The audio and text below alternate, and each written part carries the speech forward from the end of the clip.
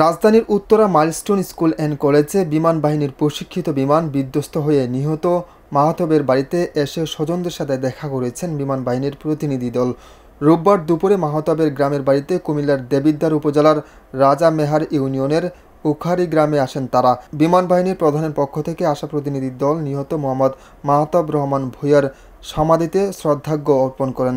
এ সময় উপস্থিত ছিলেন বিমান বাহিনীর উইং কমান্ডার মোহাম্মদ আতিক হাসান, মাহতাবের বাবা মোহাম্মদ মিনহাজুর রহমান ভূঁইয়া। উইং কমান্ডার আতিক হাসান বলেন, বিমান বাহিনী এবং বিমান বাহিনীর প্রধানের পক্ষ থেকে প্রয়াত মাহতাবের সমাধিতে শ্রদ্ধার্ঘ্য অর্পণ করা হয়েছে।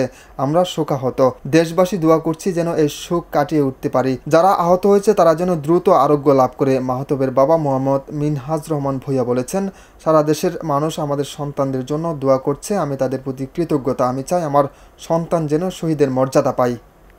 আপনারা সকলেই জানেন যে এখানে আমাদের আসার উদ্দেশ্য, আমরা সারা দেশবাসী সহ বাংলাদেশ বিমান বাহিনী আমরা সবাই এই দুর্ঘটনায় গভীরভাবে শোকাহত।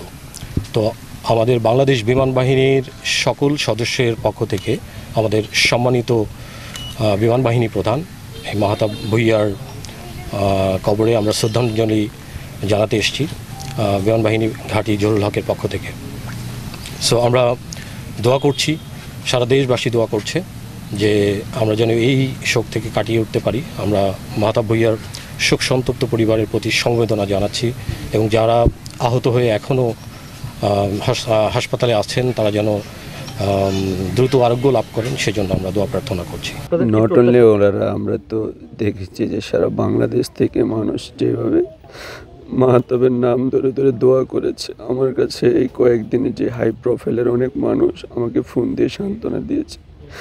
সত্যি আমি সহ আমার পরিবার সবার কাছে কৃতজ্ঞ যে তারা আমার ছেলের জন্য দোয়া করেছে এবং আমি একটাই চাই আমার ছেলে যেন শাহাদাতের মর্যাদা পান। আমি যেন শহীদের বাবা হিসেবে আল্লাহর দরবারে চলে যেতে পারি, সেই প্রার্থনাই করি। আমার আর কিছু বলার নেই। আমার ছেলের জন্য সবাই দোয়া করবে। হাবিবুর রহমান মুন্না, আমার বার্তা, কুমিল্লা।